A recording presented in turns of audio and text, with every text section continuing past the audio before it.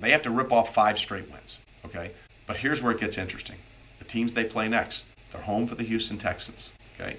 Then they play the Titans and the Raiders on the road, and they finish up with 2 home games against division opponents, the Chargers and the Denver Broncos. Now, the division seems like long shot at this point, but here's why this is interesting, okay?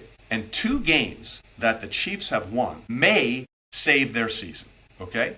Because right now you have New England as the number 1 seed, Denver as the 2, Pittsburgh is leading the AFC North, but only by a scant game at 6. And then you have the Indianapolis Colts, who are the 3 seed. Now this is where it gets interesting, okay? The Colts are 8-3. Daniel Jones is dealing with a fractured fibula, and if you've seen him trying to work through practice, it ain't looking good. So if Daniel Jones isn't able to go for the Indianapolis Colts, have you seen the Colts schedule? Have you seen the Colts schedule?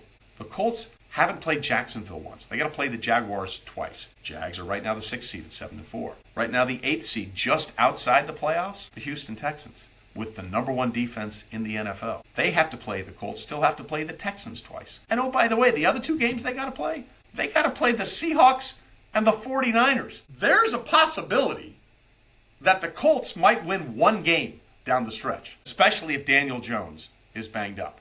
So that win by Kansas City over the Colts might be the saving grace of their season if they continue to win.